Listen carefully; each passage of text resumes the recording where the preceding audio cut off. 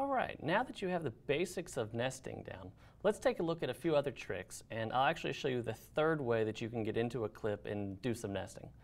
So we're going to take a look at what might be a little bit of a silly scenario here, but it'll definitely help you show or understand some of the tricks and things that you can do when you get into some more complicated projects.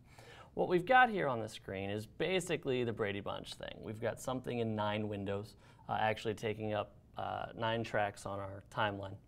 If you remember, Avid will allow you to have a maximum of 24 tracks. As I'm very fond of saying in the editing class, that's true, but if you know what you're doing, you can cheat and really get yourself an unlimited amount of tracks. And so I'm going to show you how that works right now. So here are a bunch of tracks in our timeline, and let's just say we've got so many tracks that we're using that we're out, or we need more available to us. So what can we do about this? Because obviously this has taken up a lot of space. So it's very simple. You can do this to any part in your timeline. You can just go to the beginning of the part that you're working with and the end of the part that you're working with and mark in and out around those clips that are in your timeline. Now, it doesn't matter if you've got other stuff later on down the timeline or earlier down the timeline. That's not a problem. But what we're going to do is we are going to come to our timeline buttons and we are going to click on this button right here, which you can see says collapse.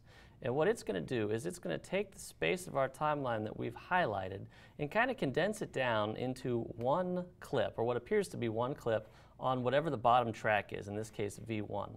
So I'm going to hit that collapse button and wait just a second, and voila, there it is. And if I drag my blue bar through here, you see obviously we still have all of our clips. I am going to come down here and get rid of this in and out so that you don't see all these blue bars around here. I'm just going to hit G on the keyboard, which will clear my in and outs. And here's my clip. I've taken all 9 of those tracks and collapsed them down into one. Okay? Now, if you remember from before, if you want to get in and see the things that are hidden within one clip, you can simply double click on the clip and it opens up, and we can take a look at this. We've got all of these subtracks in here, and we can see all of our effects, all of our individual clips. So that's one way to do it. If we go back down here to the main and double click on it, it will collapse that back up. The extra little step that I want to show you when it comes to nesting actually involves these 2 buttons down here at the bottom. You've got a down arrow and an up arrow. The down arrow is what we call the step in button, and the up arrow is the step out. So if you've got a clip in your timeline with an effect on it, like we have here, if you put your blue bar on it, make sure the track is armed, and come down here and hit the step in button, it will actually open that up and make you a new timeline of everything that is in that particular effect. So in this case, these are all of our picture-in-picture effects, one for each clip that we've got here. So say we want to work with one of these. Maybe we want to nest an additional effect on one of these.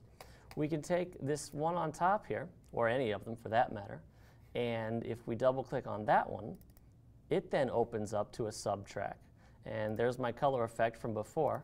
I can go into that color effect and come in here and adjust my saturation and whatnot. And you'll actually see, if you look right here, this clip in the bottom right-hand corner is the one that's being adjusted by that particular effect. So I'm going to boost the colors all the way up on that one, come down here and double-click on this main one, and it should close back up. There it is. If I want to put an effect on any of these other ones, I can simply go to that track, double-click on it. There's my subtrack. I can go get an effect like my flop effect, throw on the subtrack, and you'll see that was this one actually right here, flipped around, and we're back in business. Okay? And then when I'm done doing all of my tinkering within here, if I hit this step out arrow, it takes me back up to my main timeline where I started from. So here is my main timeline. The other thing that's useful about using the collapsed tracks and condensing everything down into one is now, if I want to, I can add an effect to all of these simultaneously. It really will treat this like it's one image instead of the 9 that are showing here. So say I want to go in and do something, I don't know, what should we do? Say we want to simply move these around somewhere on the screen.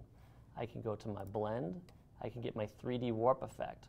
Now if you remember from before, we've already got one effect on here, at least one. So to add another effect, I have to hold down the Option key on the keyboard And then I'm going to click on 3D Warp and drag it and drop it right here on this clip. There's my 3D Warp.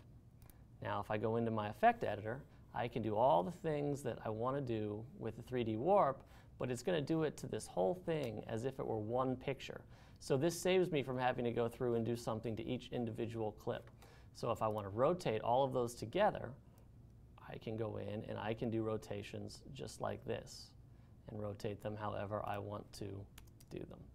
And I can go in and I can rotate this way and flip them out and create some customized effects and things like that. So very useful, very useful. I can go in here, do some of the defocus and create a little bit of a soft blur. If I want to create an effect where everything starts blurry and gets into focus, I can do that as well. Turn that off. So this is simply another advantage to nesting effects and then using the step in and step out arrows to get access to all of your clips, as well as using the collapse tool to take a bunch of clips, condense them down into one to make it easier to work with.